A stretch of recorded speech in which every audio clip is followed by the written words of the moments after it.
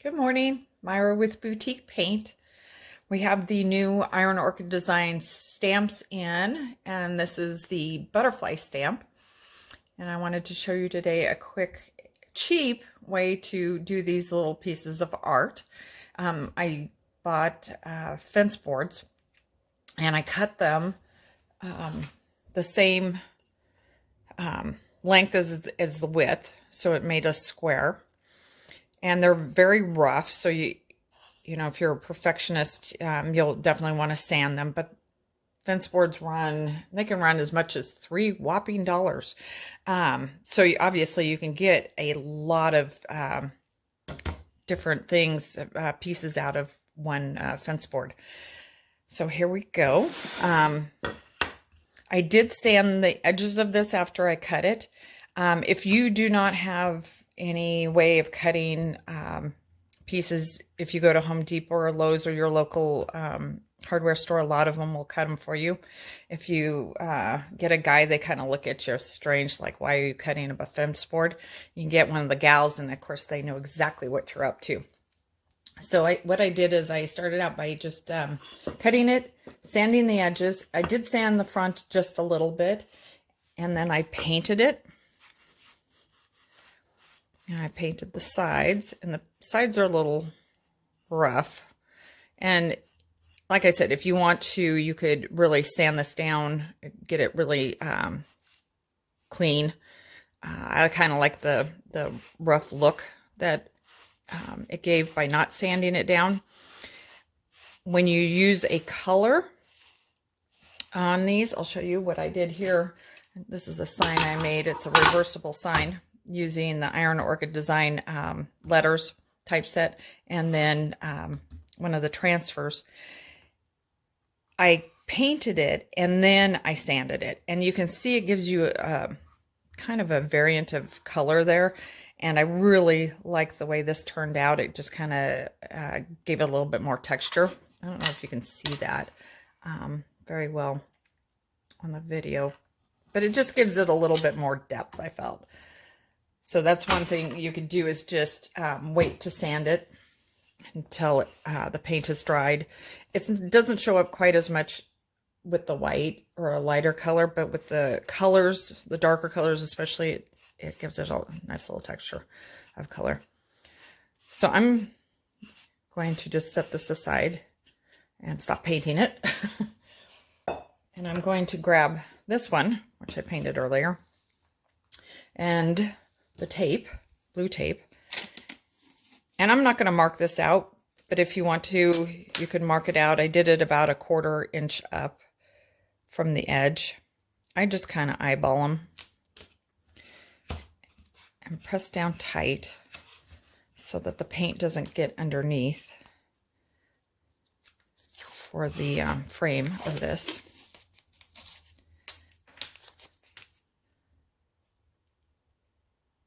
And if you've seen any of the sisters' videos, you've probably seen some of the tips and tricks that they've done on masking, which are super helpful. That one, I've got an old tape. I'm trying to use it up. It got squished on the sides, so sometimes it comes off kind of wackadoodle.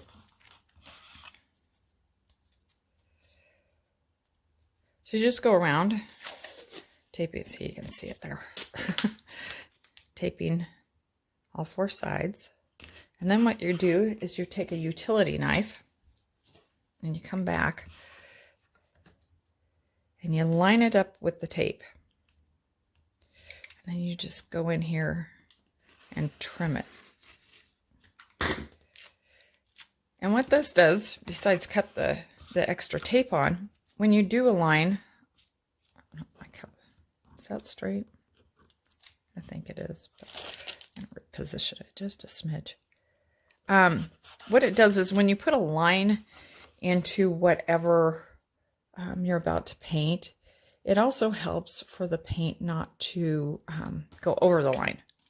Now that doesn't work all the time, but it does help to kind of stop it from bleeding.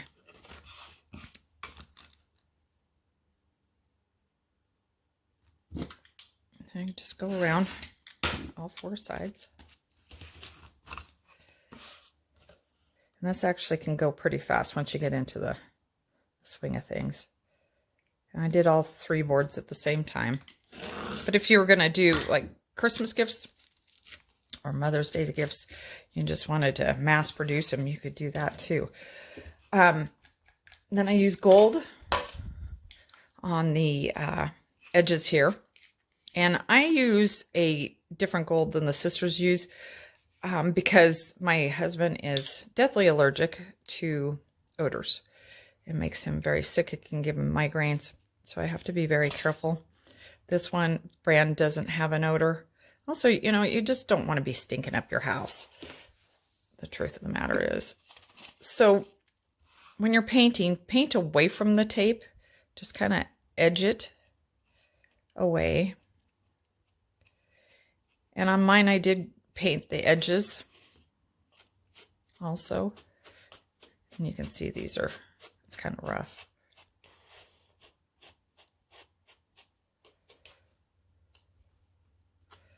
I just continue to pull away from the tape. That'll help it also not to bleed underneath.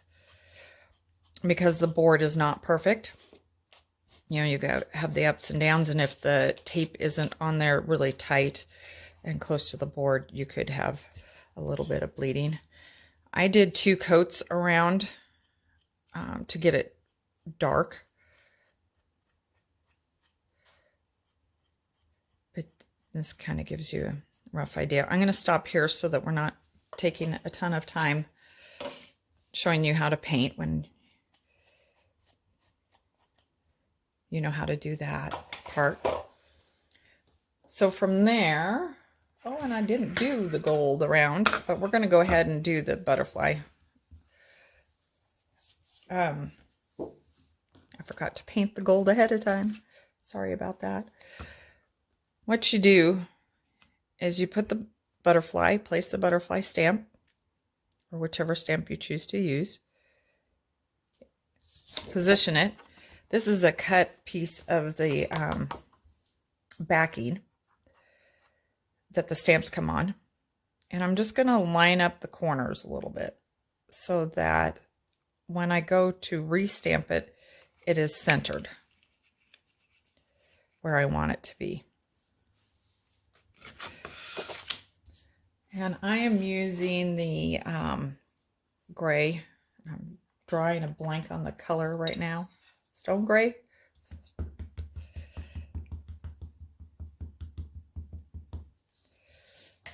Ink that up. And then just line up the butterfly and press.